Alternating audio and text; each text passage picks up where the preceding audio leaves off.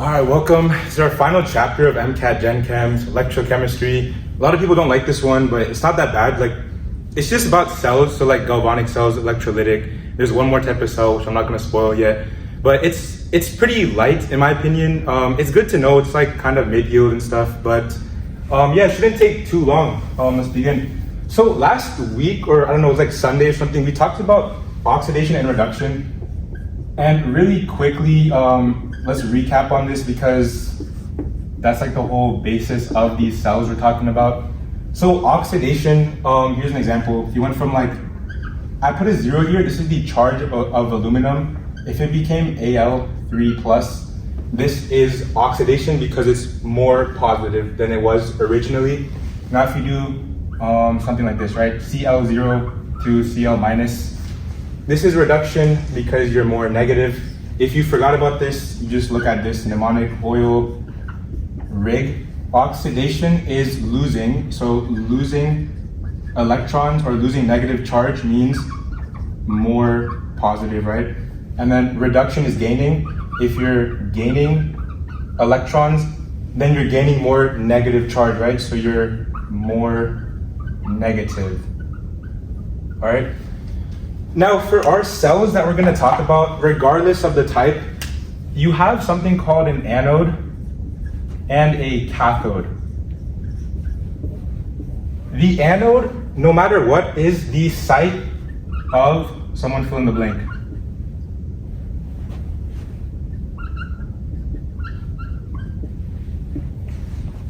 What do you think? Yeah, anode is the site. Yeah, she beat you to it. Anyways, anode is site of oxidation. And then cathode is site of reduction. And the way that most people remember this is an-ox, like the animal, an ox, and red cat. So cathode reduction, anode oxidation, all right? Now, in terms of if the anode is positive or negative, that just depends on the type of cell we have. So that stuff can change. But the thing that does not change is that the anode is where oxidation occurs and cathode is where reduction occurs. All right?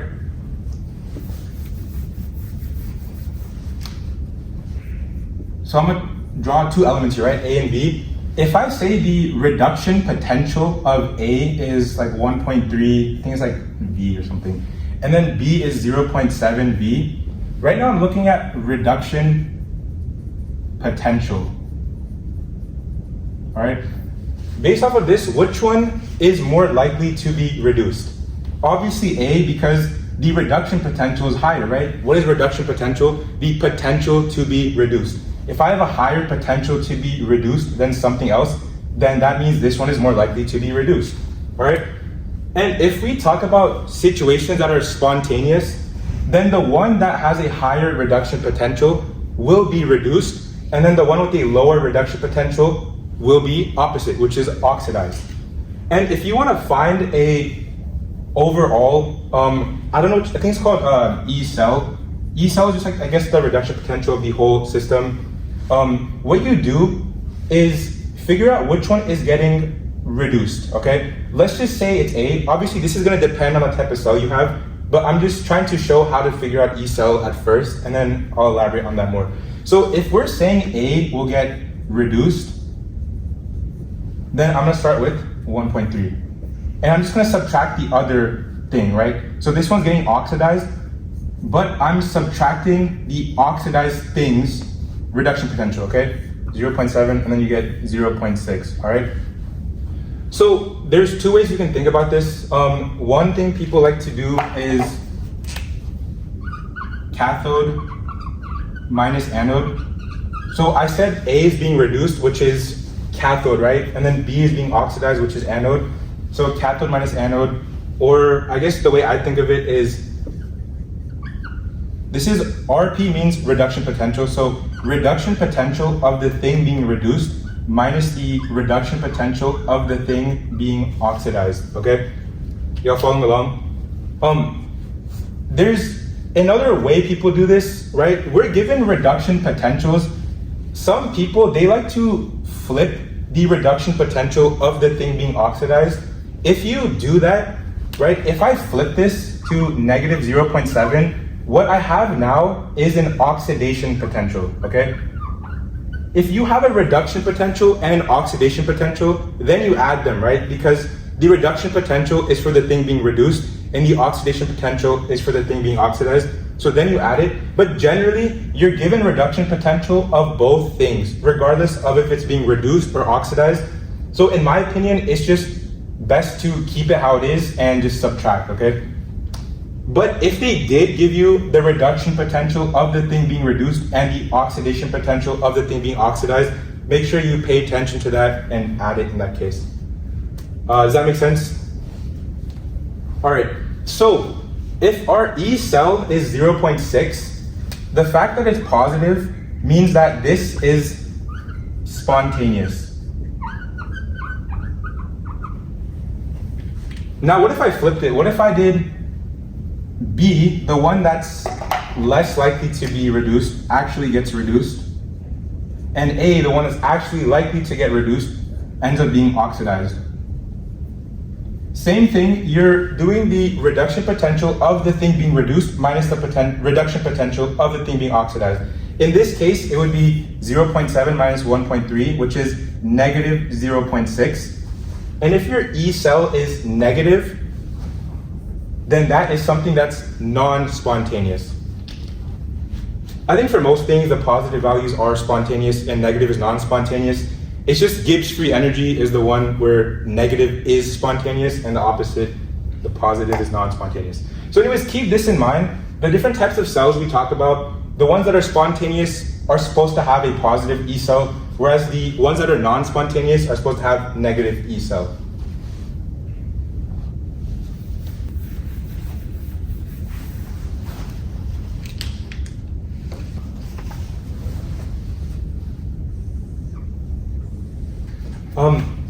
Let's start with this. I don't know if y'all can see my arrows, but we have a zinc right here, just a zinc solid, and it's becoming zinc 2 plus. So what does that mean? Oxidation or reduction? Can you see about it in the back? You sure? Okay. What is happening here?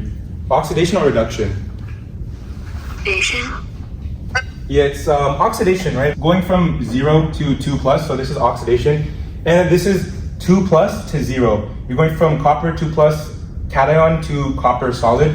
So this one is being reduced, right? You're becoming less positive or more negative. That means that this is going to be our anode. This is our site of oxidation, and this is our cathode, which is the site of reduction. As you can see, your electrons are leaving. That's how you made this cation. So your electrons are leaving and they're going this way, right? Electrons going this way, obviously, right? So that you can make this, you can reduce this copper cation. Now here's the thing. I drew this thing over here. A lot of you might remember from like Gen Chem. This is called a salt bridge. And you know, you'll have something like Na2, let's do Na2SO4. This is a salt. It's going to dissociate into, I mean, it's 2 Na plus, but just in general, Na plus and SO4 2 minus, all right? Look what's happening over here. We're producing cations, we're producing positively charged species. In order to prevent a overload or, you know, too much positive charge over here, what's gonna end up happening is that this salt bridge is gonna send the SO4 2 minus over here. Let me draw this bigger. All right, so you're gonna get some SO4 2 minus or just sulfate anion. If you don't remember how it works, just if you have a positive, you're going for the one with negative, all right? Now look over here. There's no like negative charged species being formed, but there's less of the positive, right? We had a lot of the copper 2 plus, and now it's going into this electrode to make the solid copper. So that just means, right, if you have less positive things, then you're just becoming more negative. So a negative charge is accumulating over here. To prevent that from causing any serious problems, you just have Na plus chilling over here, and it will, like, I guess, neutralize any excessive negative charges.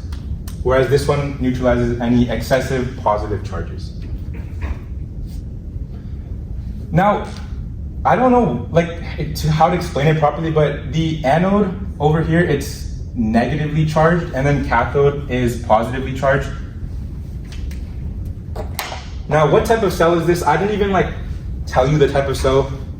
What type of cell is this? I didn't even tell you anything about reduction potential or anything. But what type of cell is this? We have galvanic cells, electrolytic cells, and concentration cells. Which one is this?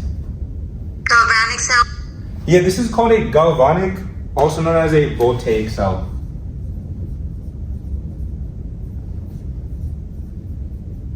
Even though I didn't tell you about reduction potentials or anything, the only one that has this is going to be, the salt bridge will be your galvanic cells. I don't think concentration cells have this, but it's hard to, I don't want to talk about concentration cells right now. So anyways, the salt bridge, right? Now, galvanic cells, they are supposed to be spontaneous. And they have a positive EMF, that's what I'm writing, means electromotive force.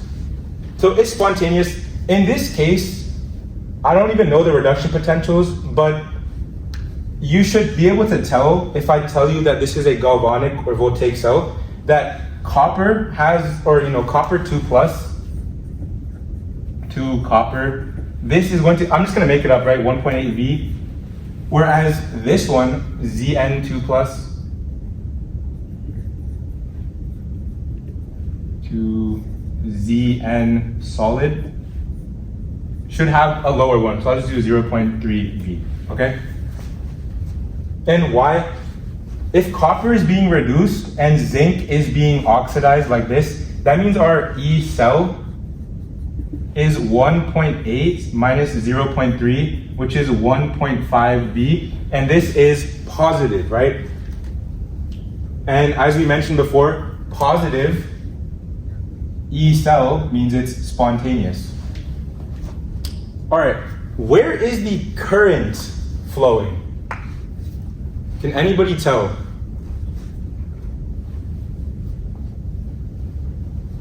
It's flowing from the cathode to the anode. Yeah, that's correct. So here's the thing, don't get current mixed up with flow of electrons. Technically, a current is flow of positive charges. All right? The electron motion is a flow of negative charges, and you're going from a negative to a positive, right? So the opposite of that, positive to negative, right, this way, that's the opposite of the electron. That's the actual current, right? So I'm just gonna draw this right here. The current is flowing like this, all right? Cathode to anode. But once again, don't get it mixed up. The current is cathode to anode, but the electron movement is anode to cathode. Now, we're gonna talk about a formula later on, but if this is spontaneous, then that means that the Gibbs free energy of this is going to be negative, right? Negative delta G.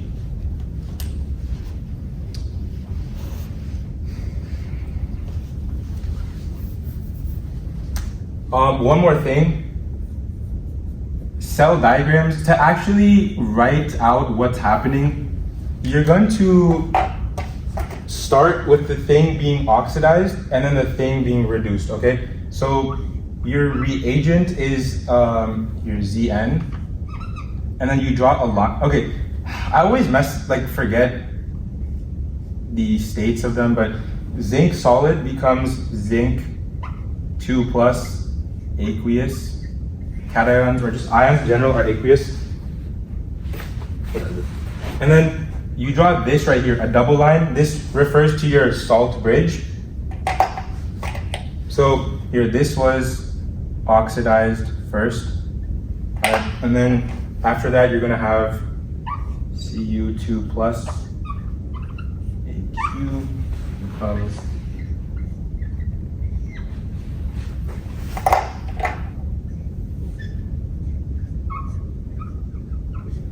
okay?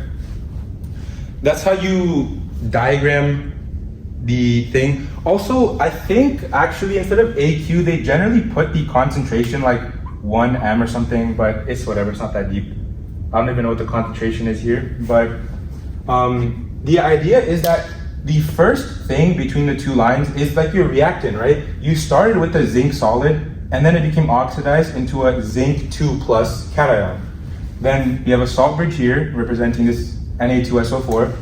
Now your reactant for the reduction side is a copper cation, right? And then it becomes reduced into a copper solid. All right, any questions for this one?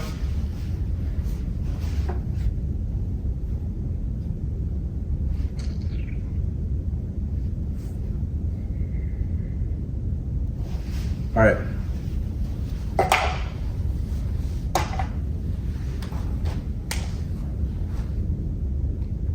Here, I'll let y'all finish writing. I miss the other board where I could just flip it, you know what I'm saying?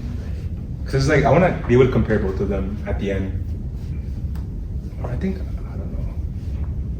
know. Okay, I'm just going to go ahead and erase this one now. All right, next we have electrolytic cells, all right? So electrolytic cells, they're going to be non-spontaneous. That means they have a negative E cell, which means they have a positive delta G.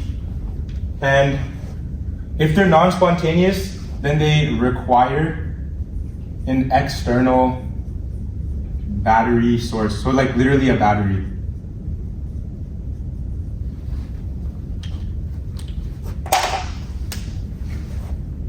And for electrolytic cells, both of your electrodes are like in the same thing, like in the same medium. They're not in two separate containers. Yeah, 1 second.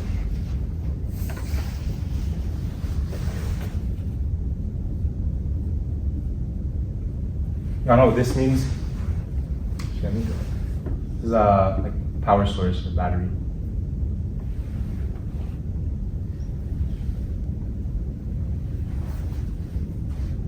Okay, I'm so sorry. Can y'all read this? This is a chlorine anion becoming, I mean, there's like 2 chlorines probably, right? Becoming this Cl2, which is a gas.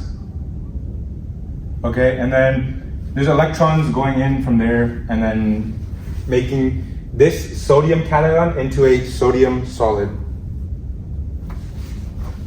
So,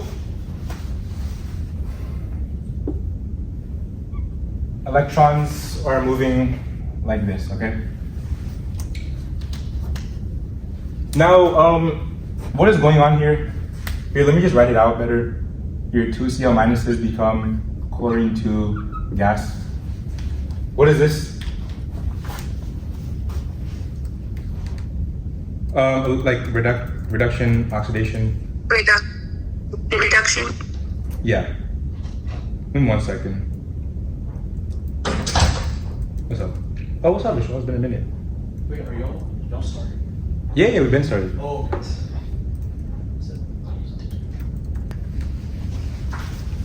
Okay, I'm so sorry. I wrote something wrong in my notes. I didn't say anything wrong to you, but I wrote something wrong in my notes, so I was like, what the fuck? So I was making sure I didn't say anything wrong to you. So anyways, this is oxidation. That means that this electrode is our anode. And then this one is just Na plus to Na solid, right? So it's going from a +1 to 0. This is our cathode. Now, here's the thing, right? Anode is always oxidizing, cathode is always reduction. But over here for the electrolytic, the non-spontaneous things, your anode is positive and your cathode is negative. So I don't know if any of y'all have done, I mean, I'm sure y'all have done gel electrophoresis.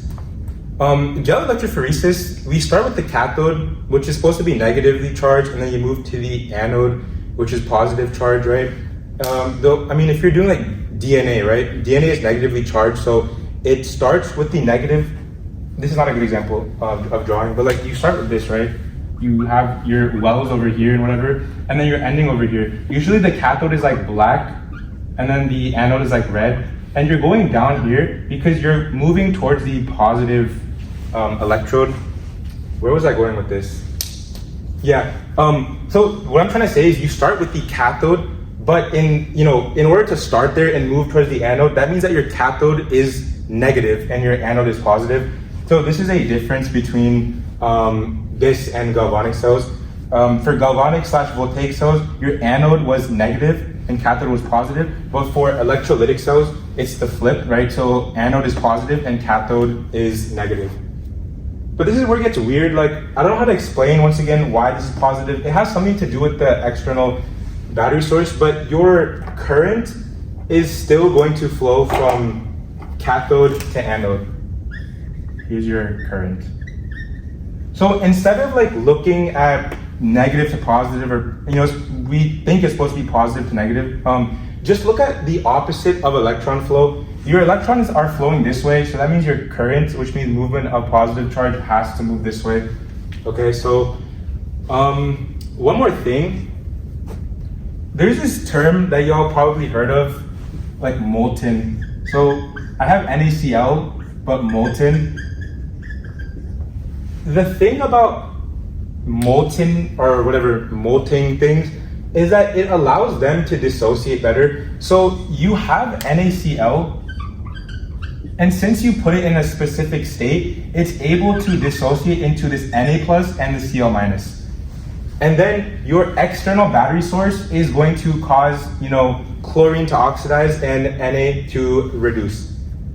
Now, I didn't even tell you the reduction potentials or anything, but you should be able to tell that chlorine would rather reduce compared to sodium, right? Chlorine is like electronegative compared to sodium. But anyways, right, let's just make up some values. For chlorine,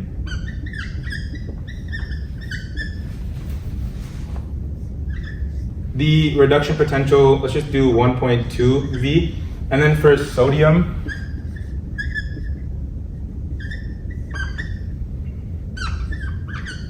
all right, this one, 0.9 V, all right?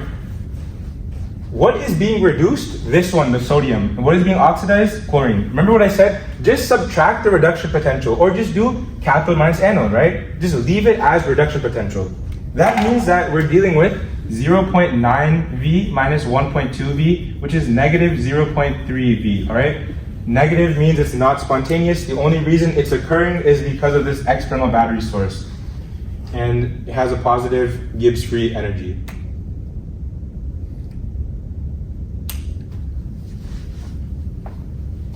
Any questions?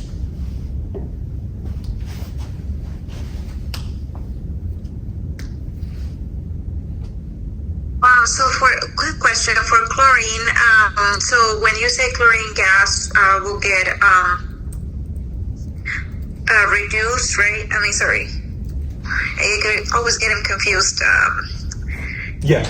So okay. What's up?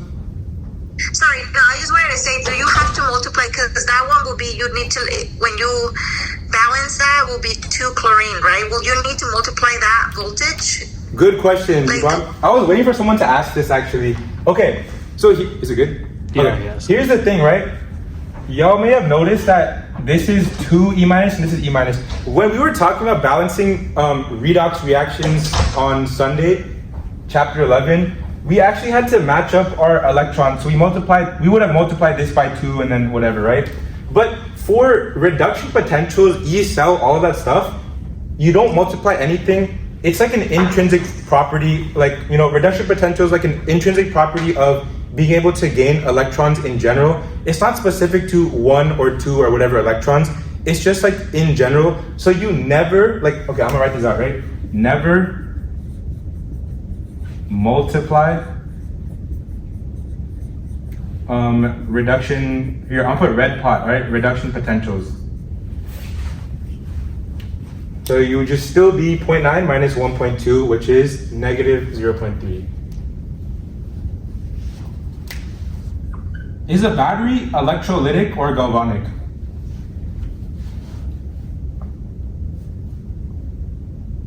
Electrolytic. All right, so kind of a trick question. It depends, okay? If your battery is charging, what are you doing? You're adding some external power source and you're charging it, right? So when you're charging it, it acts electrolytically. But when it's discharging, then it's galvanic. Because to charge a battery, you actually need an external source, but for it to discharge, it's just running on its own. It's just spontaneous occurrence. And then as I was mentioning, gel electrophoresis. I mean, if y'all have done electrophoresis, then you probably are aware that you have some power source. I don't remember, it's negative, 200 volts or something, I don't remember. But you have a power source with some voltage, and then you're starting it, and then your stuff runs, right? But gel electrophoresis is electrolytic. It's not spontaneous because you have an external source. Remember, if you have an external battery or voltage source, you are going to be non-spontaneous and electrolytic. Otherwise, you wouldn't need that external source. You wouldn't need an extra boost to allow you to occur, okay?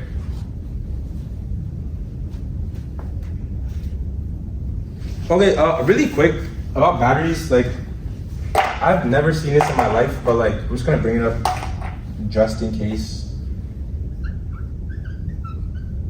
I know I'm kind of weird. I say something is in Kaplan, so I bring it up, but then there's also things that are mentioned in Kaplan that I never bring up.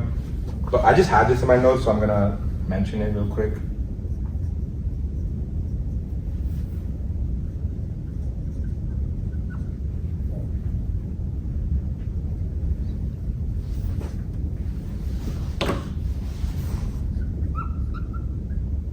There's two types of batteries that they want you to know, the nickel, cadmium, and the lead acid one. If anything, the most you'd have to know is which one is a cathode, which one's an anode. Once again, they'll probably not ask you this, and if anything, you'll be given reduction potentials and all that to determine what type of cell, whatever. But for batteries, if you have a lead acid, this is Pb, which is lead. It acts as an anode and the acid acts as a cathode. For nickel, cadmium, Cd is cadmium. Cadmium acts as the anode and nickel acts as the cathode.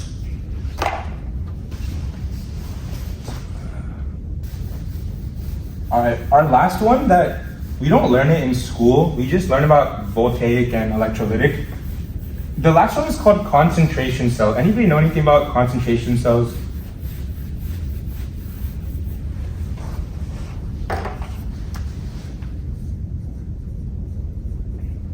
It's all good. I didn't know either. So concentration cells are a type of galvanic cell, so they're going to be spontaneous. You're dealing with same, I'm just gonna put species, okay? Same species in both electrodes. And then you're just trying to equilibrium, okay? Equilibrium of concentration, or let's put molarity, all right? So I'm gonna draw it out, but essentially one electrode will have 1 molar concentration of some cation, and the other one will have 20 molar concentration, and so you're balancing that out so that they can be equal. And then we all know about it's kind of like diffusion, where you're just balancing out. You're going from the area of high concentration to low concentration. So let me draw it out for you.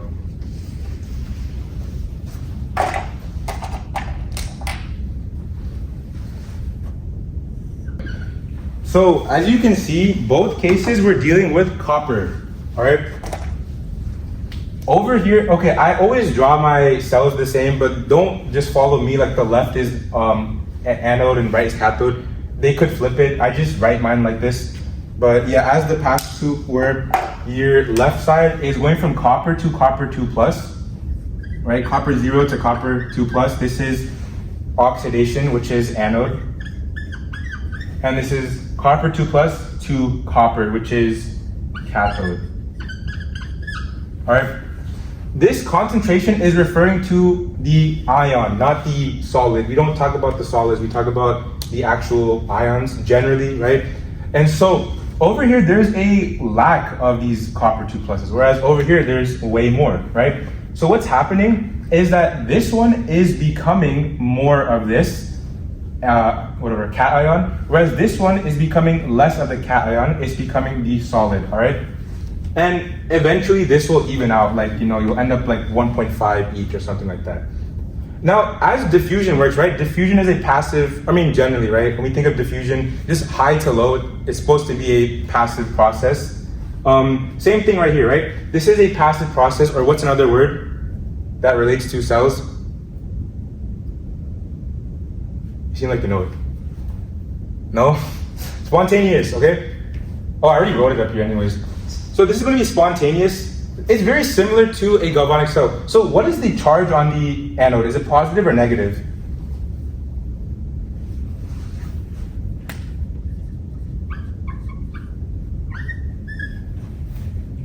Remember, it's similar to the galvanic cells. Everything is the same except like what you're reacting. The anode is negative, and then cathode is positive. Once again, don't ask me why, I don't fucking know. But anyways, electrons are moving. There's probably some really easy explanation. I just don't feel like explaining or understanding it. Anyways, electrons are moving like that, and then, you know, all this stuff is occurring. I don't know what else there is about this. As far as I'm aware, there's no salt bridge. It's just literally moving around ions until you're in equilibrium. But I guess, yeah, just make sure you know that this is spontaneous, so you don't need an external battery source. If it's spontaneous, what does that mean? You have a, why is this always dead? Okay, I actually don't know about the E cell. I've never seen a question involving E cell, but if there was an E cell, I'm sure the E cell is positive, or yeah, positive, and then your delta G is negative. If you want to specify further, you can say like your low concentration and high concentration, but of the same thing. So same species. All right, I'm gonna leave this up. Now I talked about E cell being positive and delta G being negative. Here's the thing, right? The equation that equates those two is going to be delta G. I'm sure it has like a standard or something. I don't know, bro. Delta G equals negative N F E cell. All right. E cell is what we determine. Okay, now you know how I talked about how you don't multiply the reduction potentials?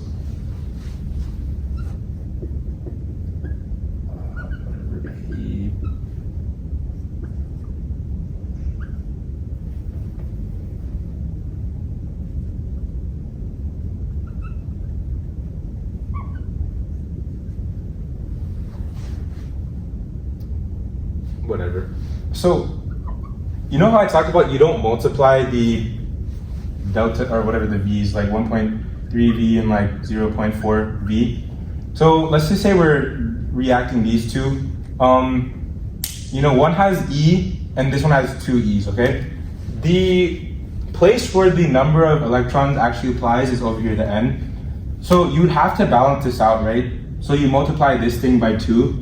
And essentially your common E is going to be 2, okay? So that's what this N is, like moles of electron. So this one you actually have to worry about if your electrons are balanced. But for the E cell, you don't multiply, divide, or anything. You guys understand? And then F is Faraday's constant. This is supposed to be 96,500, what's the units? Oh, whatever, it's like coulombs. It's like 96,485, but MCAT, 96,500 Celsius.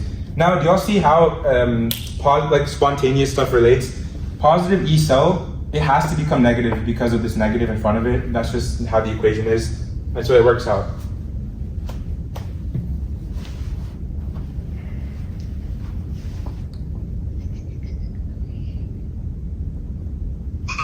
Sorry, for the current for that one, it will be the same as the galvanic. Will go from the cathode to the anode. Oh yeah, I forgot. Yeah, I think for all of them, it's just cathode to anode is going to be your current. It's just wherever the electrons are not flowing, or just, it's the opposite. But yeah, good question. There's one more equation. I think it's the Nernst equation. It's like, as you can see, I don't even know this one from the top of my head because I just never see it either. And it's like an extra equation that's annoying. If you have time, then I guess remember this one. But like, I don't think they're gonna do it to you because there's just too much math to do. But like, this is, R and T. Do you guys remember what the R is gonna be for this one?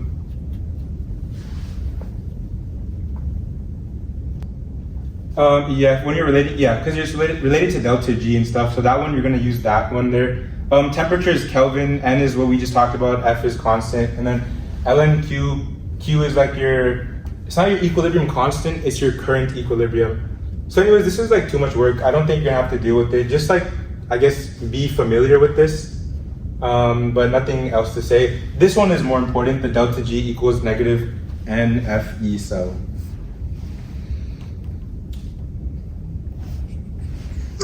So very quick question about the delta G equation that you just showed up. You said like the negative NFE. So whenever you're solving that, if it gives you a negative result, means that the reaction will be spontaneous. Is that correct? Yeah, and you should only get a negative result if your E cell is positive. So E cell being positive and delta G being negative means that it's spontaneous. You're never gonna have a positive here and a positive here, or a negative and a negative. It's just gonna always be opposite. So it should always work out. Because your F is always a plus number, and N also can't be a negative number, so, it's just negative of this, so it's going to be the opposite.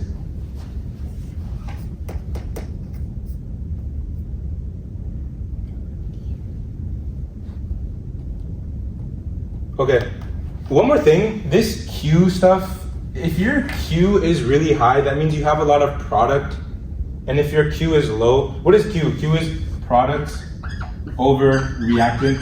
So if your Q is high, that means you have lots of products. If your Q is low, you don't have enough products. So look, if your Q is high, that means that this whole thing will be, like ln Q will be positive, and then this negative makes a negative. So it's non-spontaneous, right? Because you already have too much product. If you don't have enough product, then your ln could be negative, and then negative and negative makes a positive E cell, which means it's spontaneous because you need more product. That's like one more thing. But yeah, that's it for this chapter. We're finally done with Gen Chem. Any last minute questions, of course? Yes, I know. I'm so ready to go to OChem.